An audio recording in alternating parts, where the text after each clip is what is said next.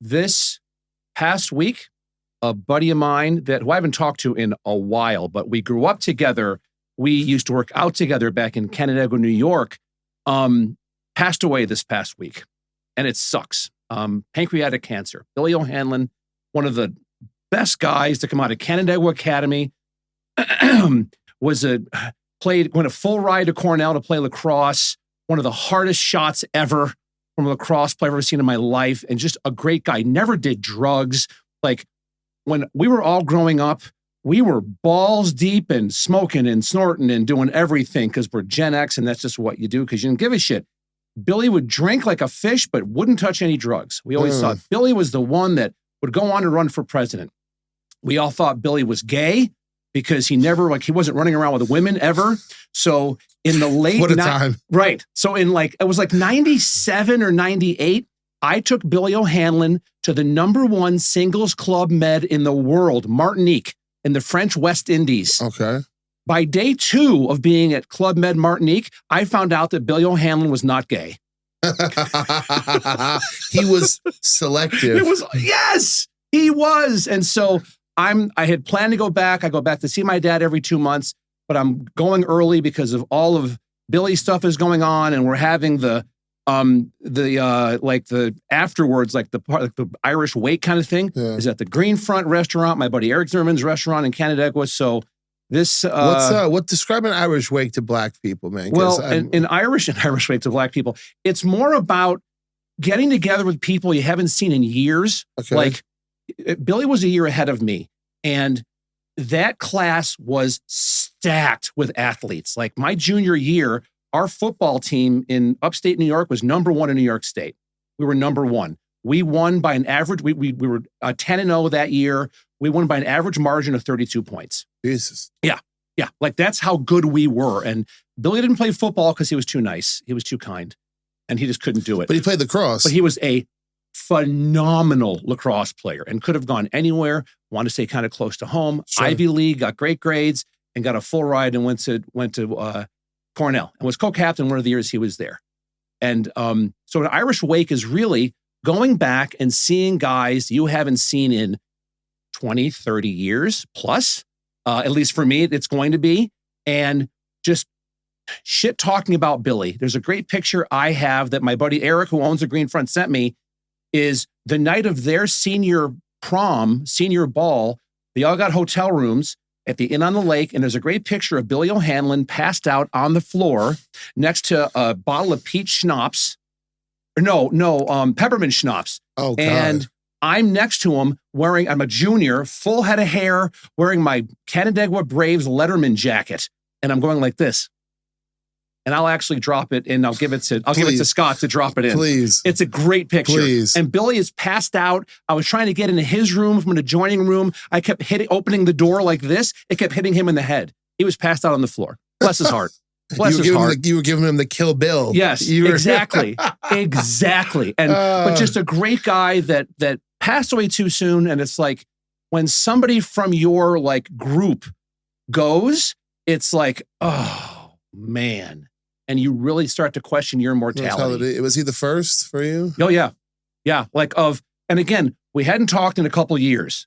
So, but still it's somebody that I love and was a great dad and a great husband. And I mean, my first marriage, he was in my wedding.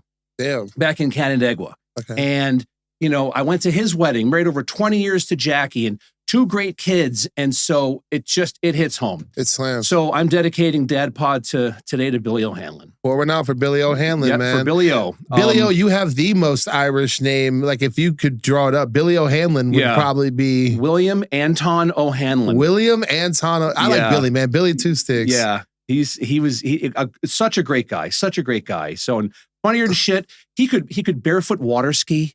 Just do cool stuff. He could do anything. He could do, and a great golfer. Guys. He had a great golf ball. Just a super nice guy. So, anyways, like a neighborhood legend kind of guy. Yeah. Like is in the Canandaigua Academy Athletic Hall of Fame.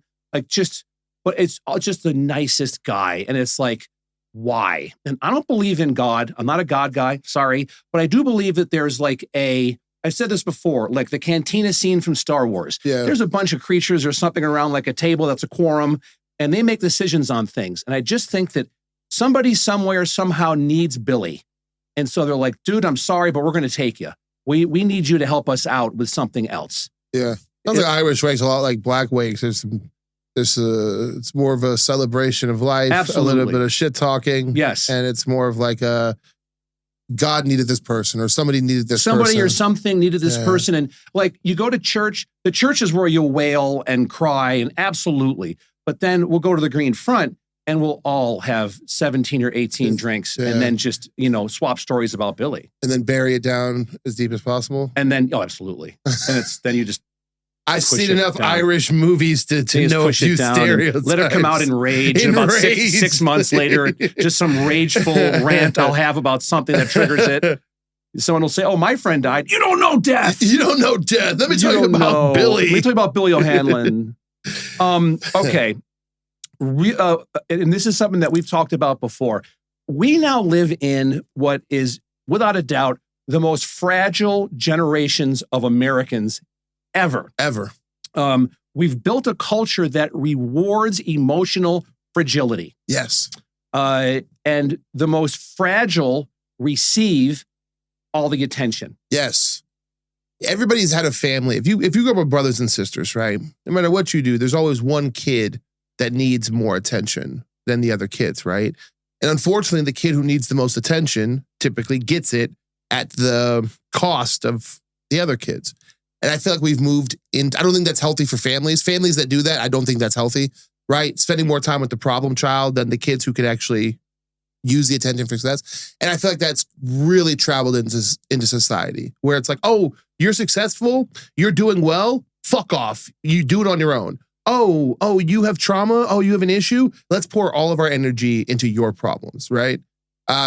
This may seem a bit weird to you. In the Black community, there's a running joke. If your kid gets accepted to college, there's no fundraiser for him. There's no celebration for him. There's no raising money to help him. But goddamn, if he goes to jail, will the community unite to bail him out, right? If he commits a crime, the community will unite to bail him out of jail. But if he goes to college, ain't no money to help him. Why? Same reason we have this fragile generation of Americans. More attention goes to those who are failing or fragile than to those that are strong and succeeding. We reward fragility. And I think it's the best thing you personally have ever said to me. It's really opened my eyes in that we're not just fragile, because we've had fragile people before. Never have we rewarded people for being mentally weak like we do now. Yeah. Right? We talk about, oh, everybody needs mental help. Everybody needs mental help. But it's like talking about going to being fat, but never telling people to go to the gym. Right? It's like, oh, we'll drink Diet Coke or go to the gym.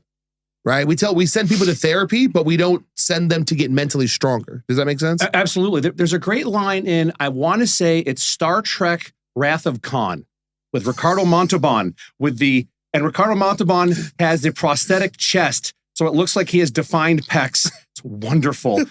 And there's a part in it where Kirk says, I need my pain. I need my pain. We are deferring that now from fragile children, not to let them experience their pain. Yep. And that is critical to the development of a child, is to experience painful moments in their lives. Yes. Alone, without having the parents there to go, oh, it's going to be okay. That's never going to happen again. I'm going to be there for you. Here, watch an iPad while we're having dinner out in public. Fuck you. Fuck you. Fuck you. Dude, I had some clients this week. I'm not going to say their names, but their kids fell down. Their kid fell down, right? And where typically mom would run over and be like, oh my God, baby, are you okay? They were just like, get up, you're fine. And because that kid didn't see us panicking and freaking out, guess what? He got up, dusted himself off, no tears, just went off, right? Exactly. But if we had all panicked and been like, oh baby, are you okay? He would have instantly gotten to tears, react. right? Because we're not letting them experience pain and suffering in a safe way, right? And as a dad, and you know this, one of the hardest things to do is letting your child experience pain and not helping them. Yep. Just sit back and let them experience the pain. Let them process that trauma in the beginning. Yep. They're going to look at you. I mean, like whenever my kids fall down, back when they were younger and they do it, my son still does. I'll be like, you okay? Yep. Okay, let's go. Yeah. I'm not going to fawn over you. Yeah. What? Some people watching this may think that we're being harsh. Some people watching this may think that we're being insensitive. But I always try to pull this to a bigger macro place, right? Because what you're saying is from a personal spot. But what I've noticed, and we do this the most, and people get offended with me if you want to. I don't give a fuck. Fuck you. We've done this so much with like young Black kids where instead of letting them suffer through the pain and rigmarole of coming up through life, struggling and making it to the top, we just tell them, oh, it's not your problem. Everyone's against you. Everyone's against you, right? Don't suffer through this pain. Just blame it on somebody else. And what we've created is a level of entitlement, right? By not letting people suffer through the pain, we've created entitlement. So like it's okay to murder somebody in front of a crowd of people because we're going to raise $400,000 of course, and GoFundMe for your you. bad behaviors will always be bailed out or rescued by somebody else. You're entitled to a life without suffering. Think about that. There's a lot of young people, and it's prevalent in the Black culture, but we're starting to see it in all cultures. Young people who think they're entitled to a life without suffering. In what religious text?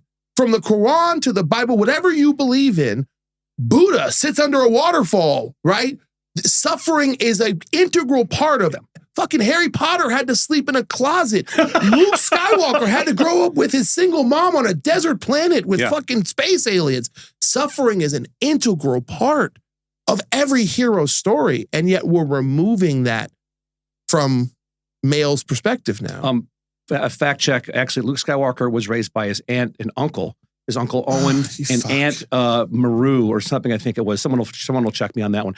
I'm not sorry, not Luke Skywalker. My bad. Fucking Anakin. Oh, Anakin Skywalker, absolutely. Star Wars, absolutely. Dude, the Star Wars people were about to fucking assault me. Please, dude, they were going to unleash on you for that one. Good, actually, great recovery. Shit. Great recovery. Because they would have reached through the fiber optics and fucking choke you. They had officially stopped paying attention to anything we were saying. And they're like, this guy doesn't know what the fuck he's talking fucking about. Asshole. Fucking asshole. Watch the clips of little kids in China dribbling basketballs between their freaking legs, working on like chemistry like experiments with chemicals and molecules and Bunsen burners. And they got the lab glasses on and they're like 5 years old. 5 years old. They're in like pre-K. Fighting. Doing. You ever seen them 6 or 7 year old Chinese kids who are like doing straight up mixed martial arts, head kicks, body blows? Like they're learning from a young age how to suffer. It's so if we think that we're being too hard or that we need to enable, the coddling of fragile kids, look at fucking China. Look at fucking China. Look what's going on over there. Once you accept that balance doesn't exist, human beings, there's no such thing as balance. We don't, right? Everything is a slight level of extreme one way or the other, all right? And if that's going to be the case, I would rather be too tough on these kids than too lenient, right? Everybody wants 50-50. Everybody wants to be the perfect parent where it's like, I have the perfect amount of helping them and being tough. That doesn't fucking exist. But if you're going to be in one direction, I would lean towards being way too tough like China rather than being too soft like we are. Hell yeah. Jeff, I've been wondering this since our first episode. I wanted to talk to you and kind of figure out where we stood. What is your definition of a happy dad? Or what does happiness look like as a dad? There's no such thing as a happy dad. I think the idea of a happy dad is a fallacy. I think that there's happy grandfathers. You can be a happy grandfather because then you've got a generation buffer that's there. But I'm a big believer that the struggles that a dad faces in terms of protection, paying the bills, making sure everybody's good, paying for vacations, just monitoring your children and your spouse's well-being on a daily, second-to-second basis, I think that the idea and concept of a happy dad is a fallacy. Doesn't exist. It doesn't exist. Nope. I think this is one of you and I's strongest agreements. And funny enough, it's one of our audience's biggest disagreements. There's a lot of dads who were raised in what I call single mom America who believe that fallacy of like, there's balance to your life. You got to be work and play. You got to be happy and get the fuck out of here. That's crazy to me. I have never met a happy dad whose kids are excellent in my life, right? When I was mediocre, I was happy. Straight up. And I'll tell people, when I was mediocre, when I wasn't doing my shit, when I wasn't putting in the work, when I wasn't trying to impress my kids, teach them new things, I was happy as hell, right? Jeff, what are some of the things that you've had to teach your kids that you know might make you less happy as a person, but you know it's important for your kids to learn? I've had to teach my kids about being safe at school.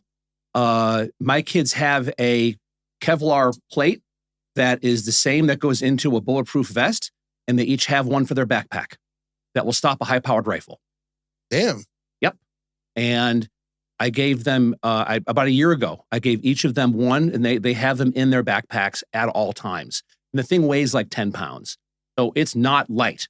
And especially like for my son who's 9, but he never complains about it. And I said to both of them, I am so sorry that I have to do this. But given the state of affairs with school shootings and everything that's going on and crazy people in the world, I want you safe. Yeah. This is the only thing I can do, aside from being there and having a weapon on me to protect you. Yeah. That's the only thing I can do. And this will stop a high-powered rifle that you do whatever your teacher or whatever people are telling you to do. But if you're running and if you get hit, it'll knock you down. Get the fuck up and keep running. Yeah. Don't stop. It's fucked up. So that's it. It's fucked up that we've reached the point where we feel like we have to teach, like you have to send your kid with a Kevlar protection, right? But Kevlar plate in their backpacks. On the other hand, if you don't teach them about it, right, they might learn in the worst way possible. Which is the ultimate nightmare for a parent. This is a bit off topic, but as a question I've wanted to ask, and I don't think there's anybody better to ask than you about this. I think this is a comfortable space for people. Why is it always schools? We talk about kids and how they're raised nowadays, right? Have you ever asked why it's always schools that these young, let's be honest, it's young men. Why is it always schools, right? Not parks, not malls, not, other social places. Why is it always this specific place that young men have so much hatred and animosity towards? I think that is where all of their insecurities and anger builds up. Yeah. Whether they're being picked on, bullied, harassed, whatever it is, that is the nucleus of all of their anger and hatred that they have. And they let it build up and build up and build up. And also, I think there's something in wiring in their brains that they're just fucked up. Of course. No therapist is really going to help them, I don't think. And so I think that they just let it build up to a point that they then say, I need some type of, I need to get rid of all this. And the only way I can is to do the most violent act possible. And that could be from, the impetus could be from playing video games, or they watch some violent movies or whatever. Sure. It's whatever you want to. There's a bevy of things. You're already fucked up in the head, and that's just kind of pushing you over the cliff to go ahead and to get weapons and to go into a school and do like atrocious things. Atrocities. Yeah, to the point where now we have to teach our kids about, my kids going to school and they're doing, walkthroughs for school shootings in case it happens kind of stuff, right? Like they have to do drills for it now. And I think that's adding a whole nother level of trauma and psychosis to these kids, right? Imagine we were some reckless kids, right? I tell stories of like, I played until the streetlights came on, right? We were reckless back in the day. Yeah. But never did I ever think I would go to school and someone would have to teach me about like a shooting drill. I'd be like, what the hell? That never happened when I was a kid. Never happened. No. Never happened. I mean, and I remember the generation before me had to practice for like, old generations had to hide under their desk in case the nuclear bombs fell. And I feel like it's similar to that. Like you're almost traumatizing kids by preparing them for the worst possible. That's awful. Yeah. I mean, the worst thing we had to do was fire drills. Fire drills, like, right? Because fire happened. Fucking fire drills. Do you, and at what age did you start teaching your kids about financial literacy? Now. Right now. Like my son is 9 and he's with us 2 days a week and every other weekend. And so when he's over, he goes out, he gets paid $5 to pick up all the dog poop in the backyard. Okay. Every week. Okay. He gets paid $1 to go down to the mailbox and get all the mail that's there. Put it in the Trader Joe's bag and bring it back. And so he's putting money in he's got a little safe. He calls it his vault. And he puts his money in there. So finally, I said to him a couple weeks ago, let's go to the bank. Now, he doesn't have to. I could do it all electronically. Of course. But I want him to learn. And so I reached out to my banker, who's at Chase, Olga. She's the shit. Shout out to Olga. And the Chase right there in Inspirata? No, we go to the one on Green Valley in front of Target. Oh, the old school. Okay. Yep, we go there. And I still go there because the customer service is so quality. Good. Yeah, high they're quality. Great. Yeah, high quality. So I'm going in next week with Jack when I get back from Canandaigua. Jack's going to bring his vault with him, and we're going to dump it out on Olga's desk. We're going to count all the money, and we're going to deposit it and create a savings account for him. One, to see that here's the bank. This is where you go to put your money in and all that, and watch it grow. Now, I'm also going to teach him, it doesn't grow really by going into a savings account, like even with high yield stuff, maybe 4%. Sure. Not a lot. Sure. So what we're going to do is go and I'm going to show him, like I do Fidelity as my stuff. I'm going to show him how we're going to put money. We're going to leave some cash, but then we're going to take half of it and invest it. And we're going to put an S&P 500 money market fund. And that's all we're going to do. Sure. And whenever from now on in perpetuity, when he gets money from his grandparents, from his parents, from whoever, we're going to take half of it, goes in the bank. Other half of it is going to be invested. I like that. And that's it. Are you teaching the same things to the girls or? Oh, yeah. Okay. Yeah. I wasn't sure if they were getting like maybe more higher end lessons. Yeah. Well, I will with, it's my fault. With Sophia, my stepdaughter, I've done nothing, but I'm going to. And I'm going to do it with Alex. With Alex and Jack, I put money in. Nevada's got a 486B or whatever their program is. I put money into that, and I have for years for college for them. And if they don't want to go to college, we'll figure something out. Sure. We might use it to buy an income property. My daughter, bless her heart, we talked the other day, and she's 15. She's interested in going into real estate. Oh, no. No, I love it. Oh, really? Tell her no. No, I love it. No, I love it because, I was a title rep here for 8-9 years and did pretty well at it. I'm friends with some of the most successful realtors in town. So I'm like, honey, if that's what you want to do, there's people I could contact that you could just shadow. Yeah. And just go around and 100%. Look at homes with them and see what they see and see how they like sit down on a listing appointment. Yeah. And do so. And she was like, I think that might be what I want to do. Yeah. Because I've talked to her and I've said, to me, college is a grift.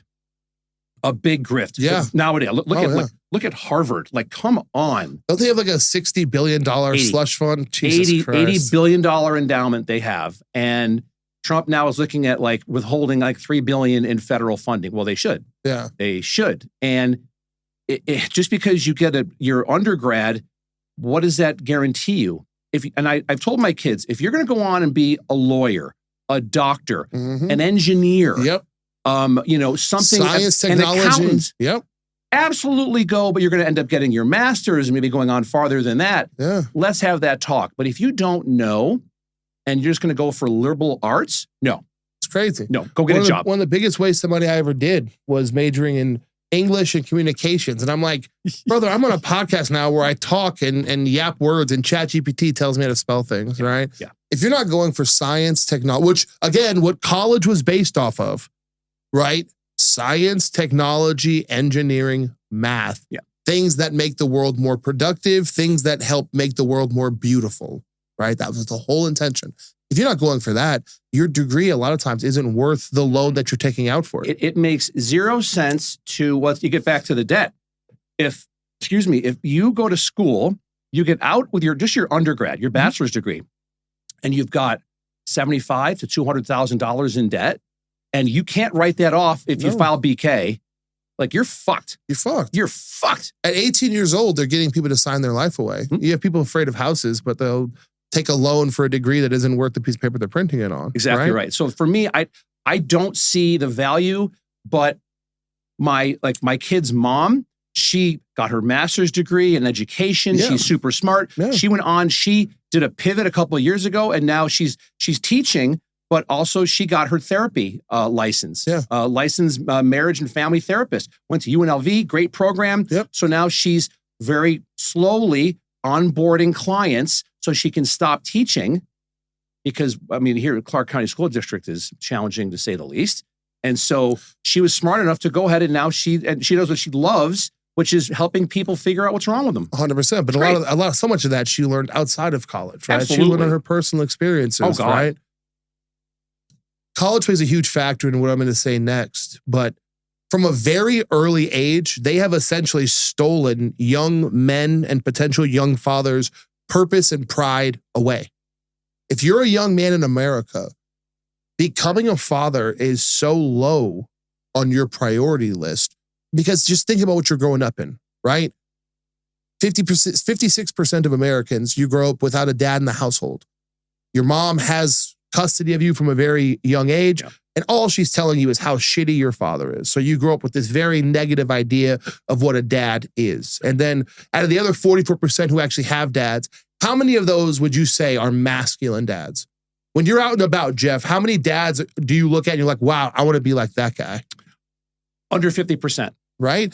So 50% of the 44, but now 20% of dads are actually dads, right? People who are actually role models, inspire, things like that. These kids turn on TV and what do you get? You get the Peter Griffinification. Yeah. You get the Homer Simpsonification, where if you see a dad on TV, he's either a fat, lazy slob, or he's that dude from Modern Family. What's the white guy's name in that? Who, Ed O'Neill? Yeah, Ed O'Neill's character, where he's just like, his wife openly ogles firefighters and disrespects him in every episode, right? So by the time these kids are 20, 21 years old, the idea of a father is this goofy loser. Yeah. You know, they look around, you can get divorced for any reason. They take half your money. There's literally no incentive. There's no drive or reason for young men to want to be fathers anymore. And I want to go back to something you mentioned, and we've talked about this before. I don't care if you're a mom or a dad, if you shit talk your ex to your kids, you're a shitty parent. You're the worst. You're a shitty parent. You're the worst. You need to break that cycle, and whatever happens, that is part of protecting your kids. That I do protect my kids. Yep. That if my ex and I go off, it happens every once in a while, but that is something I never tell my kids about. Ever. Ever, ever, ever. They're not your fucking friends. You don't need to gossip to them. You don't need their feedback on your adult relationship. That's goofy to me. Yeah. People who tell their kids about their relationship with their significant other is wild to me. I'll share something, and I'll probably get in trouble for this, but that's okay. My ex-wife has a daughter from her previous marriage. And her previous marriage, her husband passed away. They were married for 13 years. So I met Izzy, was my stepdaughter from age 7 to 19-ish. And last week, Jack was over at the house and he said, so Dad, what exactly do you do for a living? I said, well, I have a couple podcasts and I have a marketing company. And so the podcasts feed the marketing company and I help people just kind of build their audiences on social media because that's what I've done. And I charge people a good buck for it. And he said, oh, okay. Because Izzy asked me what you do when I said you're a podcaster. And she said, that's not a real job. And so I had to take a beat and I was like, okay. And I talked him in that night and I said, honey, Izzy, I go, do you remember when I used to live with Mom? He goes, yeah. And I said, remember when Mom and I would fight? He said, no. I said, good. Because Mom and I used to fight a lot. Yeah. And Izzy grew up her formative years seeing Mom and I fight a lot with her real genetic father not being here, having passed away. Yeah. So that's really a lot of what she saw. And obviously she's going to side with her mom. So Izzy has a lot of sadness towards that. And Izzy probably doesn't like me very much. And that's okay. Yeah. That's okay. I love her. Yeah. And I'm so sorry that she feels that way. And I'm sorry for a lot of times how I treated her mom and probably her for being collateral damage. Yeah. And I said, but we love Izzy and she can have a different opinion and that's okay. We've talked about this before and we will reiterate it now. When we lose control of our emotions, it's like a whirlwind that damages everything around us, right? And me and you are both flawed people. We both have talked about yelling talking to daughters in ways that makes us feel like shitty people afterwards, right? And as always, you and I aren't sitting up here again preaching holier than thou. We're both flawed. That's what we're kind of talking about, right? But these young men who grow up, they never get to have conversations like the one we're having. Yeah. As a young man in America, where do you see men on TV talking about their failings? You see Grant Cardone talking about all the things he wins. You see Andrew Tate talking about all the times he wins. You never see men sharing their failures. You see a lot of, and especially like kids in their 20s. Yeah. Grinding. Look at the grind. I'm 55. I don't want to grind anything. Except for your wife. I'm open about this. At my age, I grind something, I could break a hip. Fuck you. I don't fucking grind anything. I want to work smart. I want to have fun.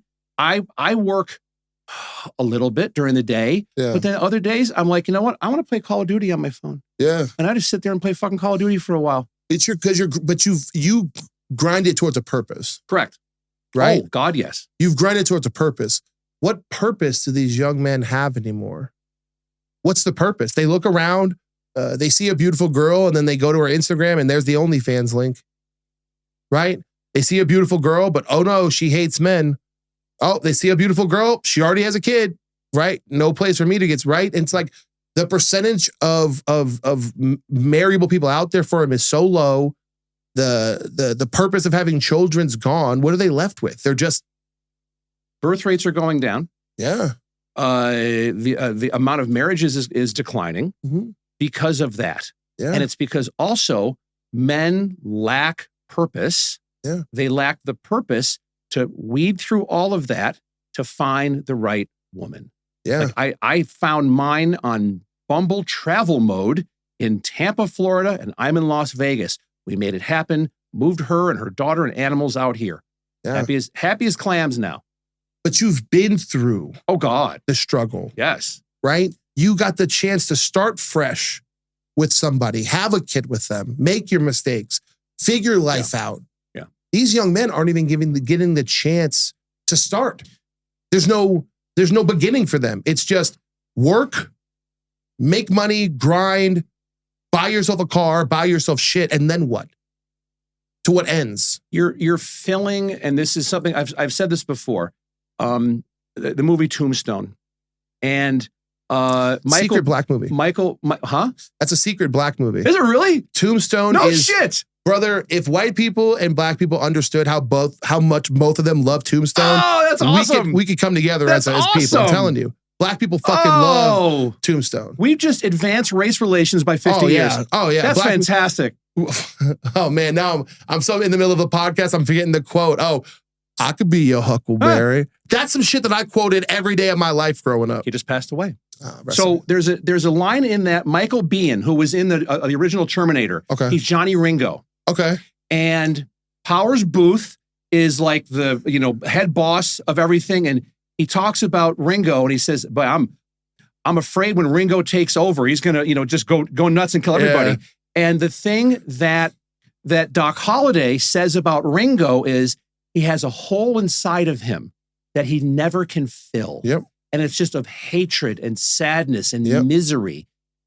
Unfortunately, that's what I see when I see young men with the Instagram content, and they've got the Gucci belt buckle, and they're in front of a rented Lamborghini, and showing their bank account and money spreads and all that shit. The whole thing. And I'm like, what? Or they're traveling somewhere that they put on their credit card. Yep. They can't afford to be there. And that's what I'm seeing these days in younger men who it's like, we're here as dads saying, no. But we're not cool. We're not cool for them, Jeff. I remember Metro brings me in to speak to, middle schools and stuff. And I always tell Metro, don't bring me in. Don't bring me in. They want to hear me talk about steakhouses and how much money I'm spending. They're not here. I'm not cool to them. Telling them, hey, work hard, start a family, support your community, do charity. That's not cool. They want rappers. They want Gucci belts. They want degeneracy. What's cool to them is being a 40-year-old single sociopath, essentially. Right? It's so true. It's so true. I'm going to let you run with the topics because my computer just died. But it is something that I really hope somehow there's a shift. That there's a shift where guys sit back and go, there's got to be something better than this. Are you feeling it? No. You don't see it out there? Nope. Really? Not really. I mean, all right, I'll take that back. I see it, but sparingly. It's much like everything else. There's signs and there's signals, right? There's signs and there's signals. There's rappers who are starting to talk. Guy named T Grizzly. You don't know who that is. Trust me, if you did, it would be the funniest thing in the world. He's talking about how, man, my wife is better than all these girls out here. I won't even give you guys the time of day. He's a rapper talking about how much he loves his wife, right? I love that. Little small stuff. I love that. You have guys like Charlie Kirk. Charlie Kirk is becoming one of the most famous young people, 30s, right? Yeah. He's going to colleges, and these young men are gathering in droves. Thousands. Right? By the thousands. When have conservatives ever been this cool? You're seeing, there's an old guy on TikTok, I can't remember his name, but he's going to colleges and having Bible studies and getting, again, huge gatherings. It's small, but it's a start somewhere, right? I agree with that. I forgot about Charlie Kirk. Yeah. Because that's a great one just because he's a good, like him or hate him, he's a role model to get kids thinking a certain way. Yeah. He doesn't drink. He doesn't do drugs. There's a great, now he was just on Bill Maher's podcast. And it turns out they have a lot in common. They have a lot in common. Bill Maher used to be one of the most lefties. And even he started to be like, wait a minute, this is a little goofy over here. I'm going to move closer towards the center. Small, incremental, but it's happening. He says it. I've watched the clips. He says, I didn't leave the left. The left left me behind. Yeah. Because they're so like, keying and burning Teslas. And if you argue with them, if you call them out, they become violent. Violent. Yeah. But the left's biggest failure is leaving these young men behind. Absolutely. Right? Amen. Not helping these young men grow into fathers. Because you've made this point, and it's something that I want to talk about now, is that we're supposed to be training these kids to outgrow us. Yeah. Right? Yeah. Shitty job, right? Shitty job. Hey, I'm going to birth you, raise you, support you, love you, and I'm training you to never need me again. Correct. I've told my daughter, I've said, if you want to go down the real estate route, what I'd recommend is, by the time you're 18, you're trained and you get your license and you go out and start doing deals. As fast as you can, you buy a duplex. Yeah. And if I can, I will help you buy the duplex. You will live in the up, down, or on the side of that duplex, and you're going to learn basic carpentry and drywall and plumbing and electricity and all that stuff, because if not, you got to pay somebody, you make less money. You're going to eat rice and beans for about 10 years. But guess what? When you're in your 30s and you've got 5, 6, 7 properties that you own, and some of them are cash, like debt-free and cashing for you, and then by the time you're in your mid-50s like your dad, you're done. You're done. You hire a property management company, you've got 50, 60 properties, and I'm out. I'm cleaning my hands of this. I'm out. Yep. I go, if you can come up with a better business plan for your life, do it, but I'm giving you something to just kind of ponder. Just think about it. Yeah. And in the beginning, if you could help out a realtor and get money on the side, great. If not, go to In-N-Out Burger, go to Chick-fil-A. Phenomenal training. They pay well. They pay like 15, 16 bucks an hour, Brandon. Holy shit. If I was 16 years old, done. Yeah. Done. Yeah. I've told my stepdaughter and my daughter, you don't have a car yet. If you need a ride to and from work, I will part heaven and earth to take you. Sure. To take you and pick you up and do whatever. But you have a limited amount of time left to help them get ready. Correct. For what's out there. And that happens, that clock becomes even like the ticking of that clock of how much I have left in my life becomes louder when a dear friend of mine dies from pancreatic cancer and was in the hospital for 4 months. Yeah. Like when that happens, that's when I really focus on those that I love even more. Not to get too macabre. What if that was you? have you taught your kids everything they know or need to know to survive this cruel and unforgiving world? Correct. Where when you and I were growing up, the world was still cruel and unforgiving, but at least no one got to watch us fail. Right? No one had their camera out being like, oh, look at Jeff in the worst moment of his life. Let's watch him fail. Right? You have to train kids not just for this cruel, unforgiving world, but the fact that the whole world's going to watch you do it. Growing up was, a lot of fights. Like there's a lot of fights that go on. Is that just a New York thing? Oh yeah. Yeah. A lot of fights. Some you win, some you lose. And there's always like a couple kids that you know are like the tough kids in your class. I was not one of them, but it's like now in my ex Twitter feed, a lot of it's fights for some reason. I watch them, but here's a kid or a guy or a woman getting the shit kicked out of them, and hundreds of thousands or millions of people have seen it. Yeah. What does that do to someone's psyche? Well, that's why you see so many shootings nowadays. It's fucked up, but every bad decision, because we're here talking about dads and the result of dads not being around. This is why in Black culture, the fist fight has been replaced with just shooting somebody, right? Because you're not going to embarrass me.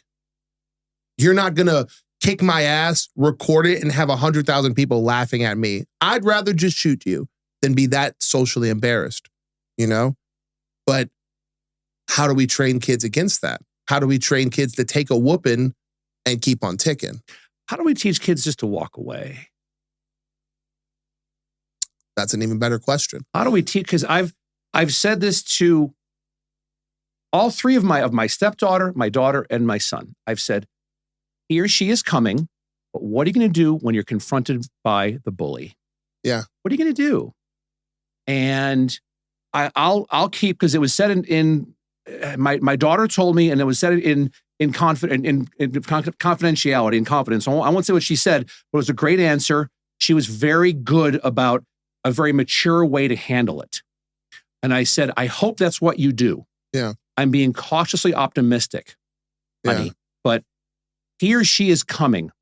And I'm prepping my daughter, especially because she'll say, well, this person, not a lot. She gets along with everybody. She's got a solid friend group, but every once in a while, someone does something or says something. And I say, honey, it's a great lesson for you, because when you get a job, if you go to work with other people, there is a 100% chance you're going to work with someone you can't stand. 100% chance. How are you going to handle that? Every day. You need to mentally prepare yourself now for when that happens, to be so confident in who you are, to give them grace. Yeah. That they are having a worse life or day than you are. Yeah. And just to let them do their thing and don't clap back. So now, in less than 20 minutes, we've realized we had to teach your kids empathy, which is what you're discussing. We have to teach them financial literacy. We had to teach them mental toughness. We have to teach them discipline. We have to teach them how to succeed without us. We have, look at this laundry checklist. Check. All the things. Right? Yeah. Look at this laundry. And these are some of the hardest things that a lot of adults still haven't learned. Right? And you have 18 years. Well, less than that, because when they're like 2 and 3 years old, they're not really taking many lessons, right? But you have, 15 years to impart all these lessons in a short amount of time as possible. It is, and you think I could do it tomorrow. Yeah. And a lot of us procrastinate. Oh, yeah. Most people do. I do. But that is something that I want to be known as a good husband, a good dad. And equally, not one is more important than the other. They're both like the cornerstones of when I'm gone, that people will say, he was a really good dad. Yeah. Or that my wife gets up and says to people, Jeff was what loved me. He loved me deeper than anyone else ever could. Yes. And I loved him in return. And I'm good with that. Do you know what my dream is? I want my kid to be a Nepo baby. I just found out what that word meant like a month ago. I heard it on a podcast and I'm like, Nepo baby, Google it. Nepotism baby. It's a kid whose dad was so successful that he basically gets to walk right into winning, right? And people hate Nepo babies. Yeah. And I said, that's my dream. My dream is to be such a good father that my kids get to skip the line of suffering and go right into the good shit, right? Now, not avoid suffering completely. I'm not going to be one of those pussy dads that spoils, right? But I want them to be able to skip that line of suffering, to go from last place to like third. If you had fuck you money, Yeah. let's call it $5 million. Okay, that's pretty good. That's a good number. Yeah. You could live off the interest of that, even with the market being in shit right now. You could put it in bond funds and still make 4 or 5% on that. You're good. You're good. How would you raise your children if you had FU money? I would raise them the same way I do now, but I would also teach them you can teach people through suffering, and you can also teach them through gratitude. You can teach them through rewards, right? It doesn't always have to be the stick. It can be the carrot. I would teach them, hey, look, I'm so successful. We can go do this absurdly obnoxious thing. We're going to go to the ski in the Aspens with all the other rich people, and your friends and their dad can't join us because they can't afford that, right? I would teach them through rewards. I wouldn't say like, hey, this came easy. This is hard work. But I don't believe you have to always, even though earlier we talked about suffering being valuable, I think that's one half of the training manual. I think teaching through reward is the other half. So I would do the same life we have now. Disneyland would just get a lot more baller. It'd be Club 32 now. It'd be, we have our own personal tour guide who's going to skip us to the front of every line. Yeah. And you know why you're doing that? Because I'm fucking awesome, kid. Right? Is that bad? Do I sound like a narcissistic dad now? No. I wanted to be honest with you because I know a lot of people would lie and be like, oh, I would treat everything the same way. No, bullshit. Yeah, fuck that. My kid's not waiting in 2 hours for Guardians of the Galaxy. Well, so 2 years ago, my mom passed away. And some money, I'm only child, so some money came in from inheritance. And I was like, okay, I'm going to take each one of my kids on a trip. So 2 years ago, I took my son to Disney World in Orlando. We stayed at the fucking Waldorf Astoria. Baller. And he got so good, he was calling for room service towards the end of our trip because he mimicked me and saw what I was doing. Mm-hmm. And he's someone, Jack's a hands-on kind of guy. Gets the phone and goes, hello, room service. Hi, this is Jack Fargo. I'm in room 3214. What's your name? Oh, hi, Julie. He's asking their name. Hi, Julie. We'd like 2 cheeseburgers. And Dad, can we get those chewy chocolate chip cookies? 2 orders of chewy chocolate chip cookies, and a Sprite and a bottle of water, please. Okay, thanks, Julie. I know we said earlier that happy dads isn't a thing, but that had to be a happy moment for you. Oh my God. I'm always recording shit. That is the one time I did not record it. And I'm like, son of a bitch. Because do it again. Do it again. Nailed it. Yeah. He nailed it. And I'm like, and we had a great time. We had such a good time at Disney World. And then fast forward to that summer, my daughter goes to LVA. She's a theater kid. Yeah. And she's good. I took her to New York City for a week. Okay. And I'm from there. I was born there and I lived there for a couple of years in the 90s. I still have friends there. We went to see Hamilton on Broadway. Like one of the best, most like acclimated shows of all time. Yeah. And we saw it in the original theater where it debuted. Okay. And to take her and do a helicopter tour of Manhattan Island. You blew it out. You blew it out. Dude, the 9/11 memorial. I bawled. Like I took her everywhere. Everywhere. The Museum of Natural History, Central Park West, and took her there. Like we went for bagels in the morning, some of the best bagel places in New York City. And for her just to, we still talk about it. Yeah.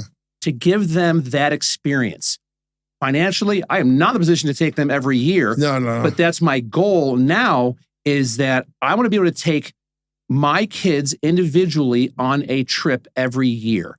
And yes, absolutely, my wife as well, like to take her somewhere. Of course. At least 1 or 2 trips with her. But I want to take my kids on a trip, either together or individually. Yeah. Just to have that time together. Do you feel like they learned anything from those trips?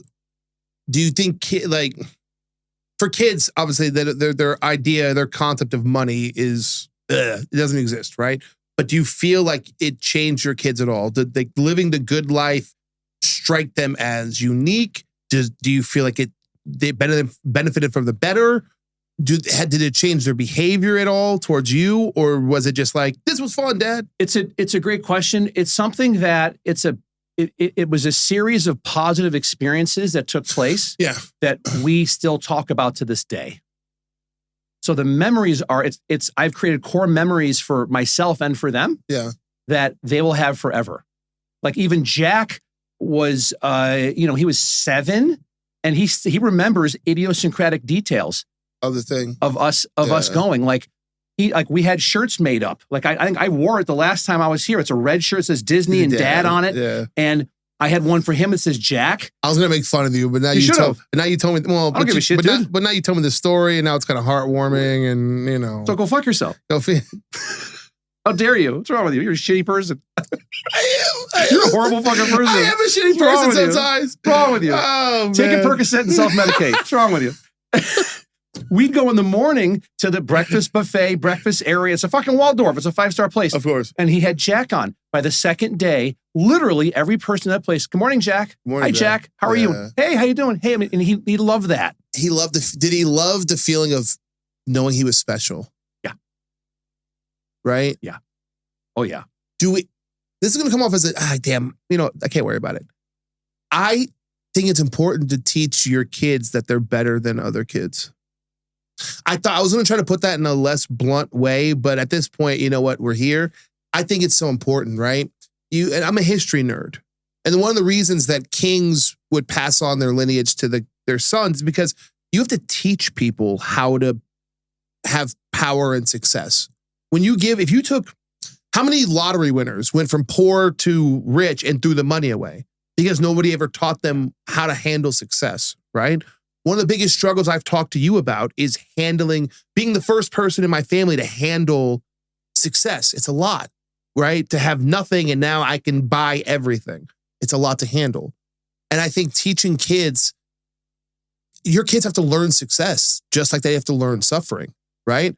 Take your kid to Disneyland and be like, look, have a good time, but also don't rub this in other people's faces. You have to learn how to handle this. Absolutely right. And I'm glad you said the part like don't rub it in other people's faces, because it's something that Alex already does it. My daughter already is very good about she doesn't brag about anything. Yeah. And, nothing. Yeah. Like my stepdaughter had a party. My stepdaughter does tech for her high school. And so she had a party for her, I think it was for her birthday maybe, that all these people came over, all in theater. And Alex and Jack happened to be there that weekend. So they're all playing together. And I said to Alex, I'm like, are you going to tell me you go to LVA? She's like, nope, not at all. Yeah. Where I'm like, I'd be bragging like I'd be peacocking. Yeah. I'd be strutting all over that goddamn house saying, well, I go to LVA, fuck you. Oh, yeah. But she was much better. She's more sympathetic to them. Yeah. That they still have a great program where they are, but it's not top 10 in the nation. Yeah. And 100%. So she was so cool about how she handled that in that moment. Yeah. And I'm like, good for you, honey. This is another dad win moment. Right? Yeah. To be able to spoil your kid without them becoming spoiled. Absolutely. And okay. My hometown, Canandaigua, New York, is in Western New York, near Rochester, Buffalo, Syracuse area. In the summertime, it's the city of Canandaigua is on the north shore of a 17-mile long lake. Okay. It's beautiful there. It's fucking gorgeous.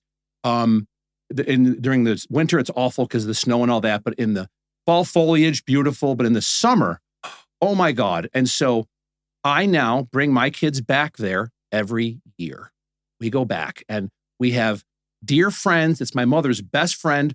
Her husband, and their son have a 6-bedroom farmhouse on 25 acres up on a hill looking down on the lake. Yeah. And for anyone that follows me on social media, I'll be posting this summer. You'll see it in July for 8 days. We're going to be there. And we go on. They have a boat. So I'm taking the kids out tubing and the whole thing. And it's like the city mouse goes to see the country mouse. And it is, it's great because we get to stay at a friend's house. They have chickens. So they go pick eggs in the morning and then we're eating those eggs for breakfast. Like they have microgreens and they're growing, like a whole garden shit of stuff they're growing there. It's a working farm that they have. And my kids get to experience that every single summer. And it's a town that my family is well known. We used to own an amusement park. I have a bunch of property there. So people know my mom's last name, Boyce, everyone knows. People know me a little bit too. So a lot of places we go into, we don't pay. Really? To this day? There's my buddy John Grosso, God bless him, owns Casa Italiana, the best Italian deli you'll ever go to in your life. He gets physically, he's from Sicily, but he's from south of the boot in Italy. He becomes physically pissed off at me if I pull out money to pay for something while I'm there. And one of my best friends, I'm godfather to his son. But so, that's the experience that they get when we go out. Everybody knows Jack and Alex. And now Brandy's coming back with us this summer. Sure. Have they adjusted to it? I don't think you ever do adjust to it. Really? Yeah, I don't think you ever do. I think, oh God, this is going to get, I think take someone like some rich kid's son that's very popular. What's Trump Jr.'s name? Barron. Okay.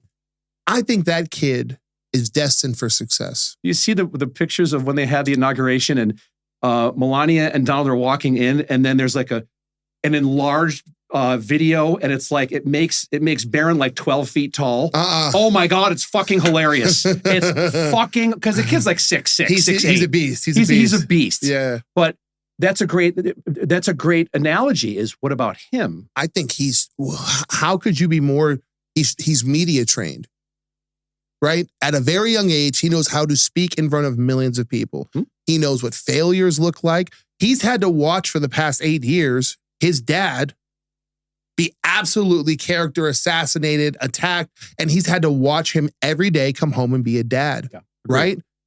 What better lessons could you possibly learn? He's the one that told Trump to go on all the podcasts. Did he? Oh, yeah. That's all him. Oh, yeah. That's like Rogan, Theo Vaughn, Bustin' with the Boys, all those ones that he went on was Barron told him to go on. And next thing you know, all these 20-somethings that are in the middle all saw this and were like voting for him. A lot of young abandoned men listen to them podcasts. And that's what happened. And Barron's an interesting case study because the rest of his sister, I think Ivanka, Eric, and Donald Jr., I believe, all went to University of Pennsylvania and then went to Wharton, which are two of the best, like the Ivy League schools ever.